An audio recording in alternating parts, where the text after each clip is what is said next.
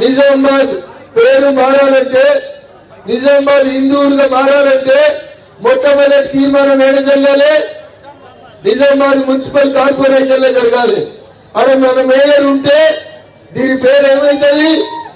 హిందూరు అవుతుంది. మనోడ పొట్టోడు నిన్న మనోడ మాట్లాడుతున్నాడు, నువ్వు నిజామాబాద్ పేరు మార్చాలంటే ముందు వేరే రాష్ట్రాలలో మార్చుకొని రమ్మని చెప్పి వారి మీ 6 రోజులు నీ పేరు మార్చిరు. ఏం పెట్టిరు? ఏముండే ఇంతకుముందు 6 ఎమ్మెల్యే పేరు పాండు అని చెప్పారు.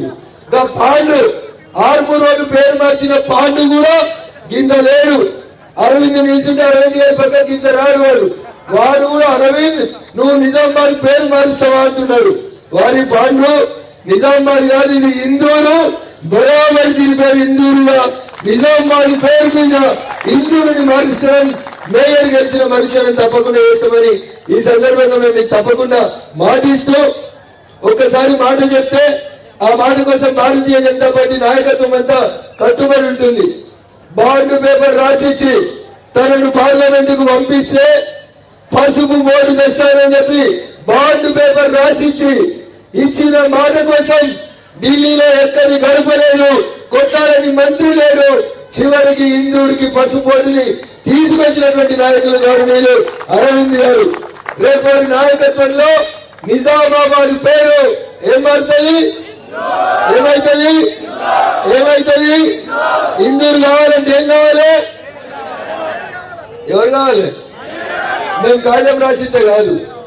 ఆడ కార్పొరేషన్ లో కూర్చునే ప్రథమ పౌరురాలు మొట్టమొదటి సమావేశంలోనే ఈ ఊరు పేరు ఏం మారుస్తుంది? ఏం మారుస్తారు? హిందూరు మార్చాలంటే మనం ఏం చేయాలి? 11వ తారీఖు రోజు మీ ముందున్నటువంటి 19వ కార్పొరేటర్, 20వ కార్పొరేటర్ అభ్యర్థి, 43వ కార్పొరేటర్ అభ్యర్థి ఎవరు గెలవాలి? ఏ గుర్తు గెలవాలి? కమలం గుర్తు గెలవాలి.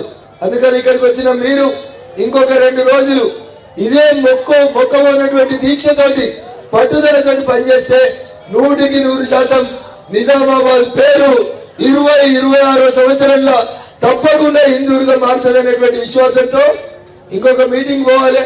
ఇంకా అన్న అరవింద్ గారు మాట్లాడాల్సింది ఉంది. చాలా మాట్లాడాలని ఉన్నప్పటికీ కూడా గొంతు సహకరిస్తలేదు. అవకాశం ఇచ్చినటువంటి వేదిక మీద ఉన్న పెద్దలకి, హిందూరు పుర ప్రజానీకానికి అందరికీ కూడా పేరు పేరున శిరస్సు వచ్చి నమస్సుమాంజలి తెలియజేస్తూ సెలవు తీసుకుంటా ఉన్నాను. జై హింద్, జై భారత్. కమలం గుర్తుకే. వస్తలేదు మాకు సప్పుడు. మా మెదకోల సప్పుడు ఇంతకంటే ఎక్కువ ఉంది.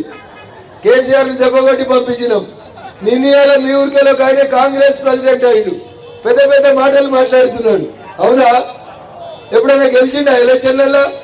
ఆటగాళ్ళకి వచ్చి ఎమ్మెల్సీ గాయ కూడా మాట్లాడుతున్నాడు బీజేపీ గురించి. అవునా? ఆయన బుద్ధి చెప్పాలి. సాక్షాత్తు పిసిసి ప్రెసిడెంటే నిజామాబాద్ ఉన్నాడా? ఆయన నోడబెడితే మట్టం అయిపోయినట్టేనా? మోడీ గారి కళ ఏంది? కాంగ్రెస్ హటావ్ దేశ్ బచావ్. మీ హిందూరుల కోరిక ఏంది? కాంగ్రెస్ హటావ్ హిందూర్ కాంగ్రెస్ హిందూర్. ధన్యవాదాలు.